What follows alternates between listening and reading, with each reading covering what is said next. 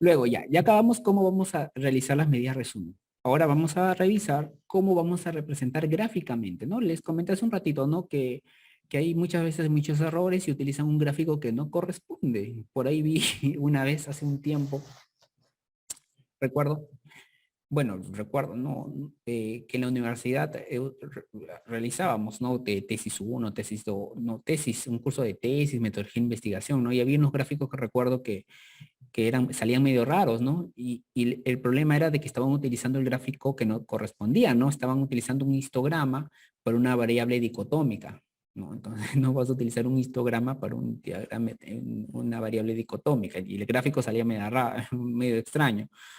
O de repente vas a utilizar un gráfico de pastel en una variable que tiene, por ejemplo, 20 valores, ¿no?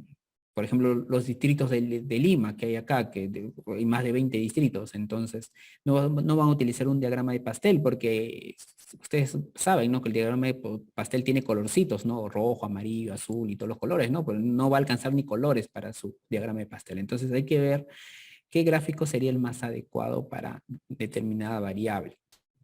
Entonces, si tienen una variable categórica, categórica, ya saben que es una variable categórica, pueden utilizar los siguientes gráficos. El primero, el que está arriba, el diagrama de sector circular o de pastel, ¿no? Es este, ¿no? Es el diagrama de sector circular o el de pastel, ¿no? Es este. Seguramente lo han utilizado. Ahora, en general se utiliza para variables cualitativas, pero se recomienda utilizar, por ejemplo, cuando tengan una variable que tenga pocos valores, ¿no? Por ejemplo, 2 valores, 3 valores, 4 valores, ¿no? Pero si es una variable categórica que tiene más valores, 8, 9, se vería feo, no se nota. La idea de un gráfico es representar una idea, ¿no? Que el que revise su investigación visualice el gráfico y con eso ya le dé la información. Esa es la idea de un gráfico. No solamente llenar el documento, sino dar un mensaje, es la idea de este gráfico. Ahora, también recomiendan utilizar este gráfico. Esas son recomendaciones, ¿sabes? Eso no viene en examen. Esas son recomendaciones para la vida. También cuando las categorías corresponden a un proceso circular. ¿A qué me refiero? Por ejemplo, las estaciones del año, ¿no? ¿Cómo es? A ver, siempre me olvido. Invierno, primavera, verano, otoño, ¿no? Así, ya. Esta vez me acordé bien, ¿no? Entonces podrían utilizar así un diagrama de pastel cuando quieren representar estas categorías que tienen orden, ¿no? Y son circulares, ¿no? O de repente los días de la semana, ¿no? Quieren presentar un gráfico. También se recomienda utilizar este diagrama circular. En cambio, el diagrama de barras también se utiliza en variables categóricas. También se puede utilizar en variables dicotómicas también, dependiendo cuál es el estilo que quieran utilizar, ¿no? Pero también lo pueden utilizar cuando tengan variables que tengan varios posibles valores, categóricas que tengan varios posibles valores, ¿no? Por ejemplo, acá, el nivel de educación, superior, secundaria, primaria, sin educación. ¿Ve? Inclusive aquí tenemos una escala de medición ordinal, una variable cualitativa politómica, la escala de medición es ordinal, en este caso, ordinal. Ya, en este ejemplo, ¿no? Otro tipo que pueden utilizar en variable categórica en un pictograma. Pictograma son dibujitos, ¿no? Son dibujitos que representan una cantidad, ¿no? Por ejemplo, en este ejemplo aquí carita feliz, satisfecho, insatisfecho, ¿no? Y aquí vemos 40, 30. Cada carita en este ejemplo representa 20 personas, 20 personas.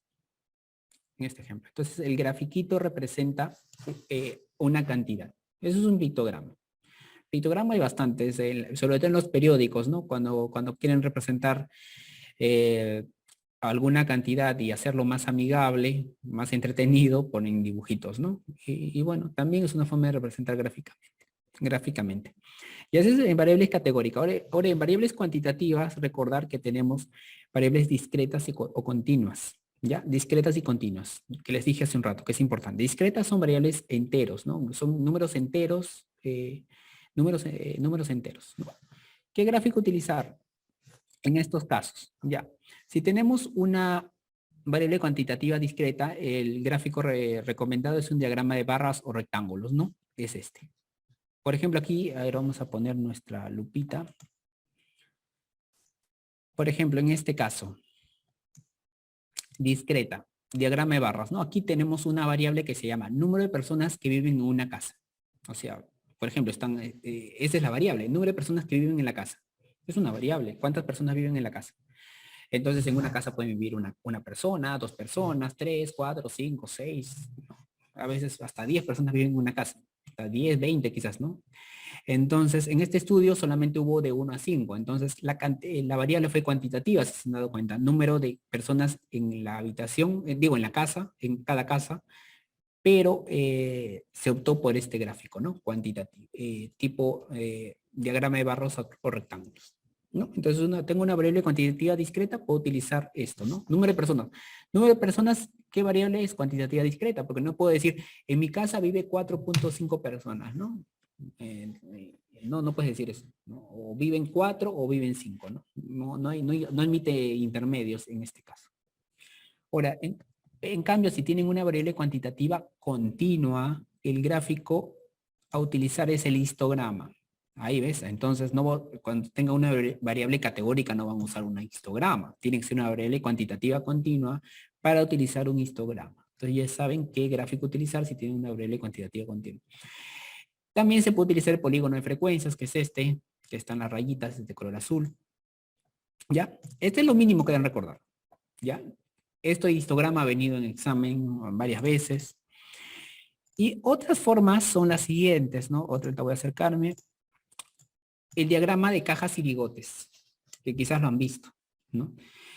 En esto, ¿qué utilizamos, no? Este es el gráfico, el diagrama de cajas y bigotes, donde el rectángulo que está acá representa lo siguiente, ¿no? El rectángulo es la caja y los palitos de arriba y abajo son los bigotes. Ahora, vamos a la cajita. En la cajita, esa raya que está en el medio representa la mediana. El borde superior representa el cuartil superior, o sea, el cuartil 3. En cambio, el cuartil inferior representa el cuartil 1. ¿Ya? Cuartil inferior. Este es los bigotes. La raya inferior representa el valor extremo inferior y la raya abajo, digo, la raya superior, el extremo superior, el valor máximo. Pero a veces hay valores atípicos que también salen, que son los outliers, valores atípicos, ¿no? Entonces aquí los voy a escribir para que no se olviden. El cuartil superior es el cuartil 3, la mediana, recuerden, es el cuartil 2 y el cuartil inferior es el cuartil 1. Entonces se utiliza para eso, ¿no? Aquí está. Cuartil 3, cuartil 2, cuartil 1. Ahora, el diagrama de tallos y bigotes, por ahí vino en un examen de ENAM. En un ENAM vino el diagrama de tallos y bigotes. Quizás algunos no lo conozcan porque ya no se usa mucho. Yo tampoco no lo conocía cuando era estudiante. No, yo recuerdo que faltaba una semana para el examen del ENAM, cuando tenía que dar el ENAM, y estaba revisando mi banquito de preguntas y vi este gráfico, ¿no? Y dije, ¿qué es esto? No sabía, ¿no? Pero ustedes ahorita tienen la oportunidad de conocerlo, ¿no? Y aquí tenemos el diagrama de tallos y hojas, tallos y hojas, tallos y hojas, el cual consiste en lo siguiente, aquí tenemos, ¿no?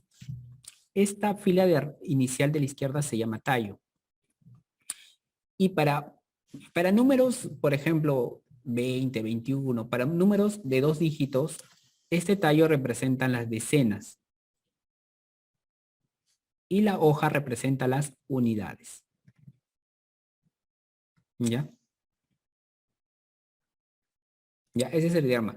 Ahora, ¿cómo armo mi diagrama de tallos y hojas? Vamos a hacer un ejemplo rapidito, ¿ya? Imagínense las edades de los alumnos que están en la clase, ¿ya? Por ejemplo, uno que tenía 15 años, imagínense, un superdotado, uno de 19 años, uno de 22 años, otro de 24, otro de 25 y otro de 31 años. Imagínense, y otro de 32, ya imagínense. Estos son los alumnos de la clase. Esas son las edades, estos son los datos. Entonces, ¿cómo hago mi diagrama de tallos y bigotes? Fácil. Hago mi raya primero y luego identifico cuáles son las unidades, ¿no? Digo, las unidades y las decenas. Las unidades y las decenas, ¿no? Entonces, aquí tengo decena, unidad, decena, unidad, decena, unidad, decena, unidad, decena, unidad, decena, unidad, decena, unidad. La decena va a estar acá como hoja. ¿Cuántas decenas tengo de 1? 1. La otra decena es la decena 2. La otra decena es la decena 3. Ya, entonces empiezo a llenar las hojitas de acuerdo a los datos que yo tenga. El primer dato es 15. ¿Dónde entraría? Acá. Entonces pondría la hojita, sería 5. La siguiente, ya, aquí para ver un caso especial voy a cambiar esto, ¿ya? Aquí va a ser 22 también, ¿ya? 22. Va a haber dos 22, ¿ya? Por si acaso. Estoy cambiando nomás para mostrar algo que que quiero decirles. ¿Ya? Entonces, el primer dato ya lo apunté, 15.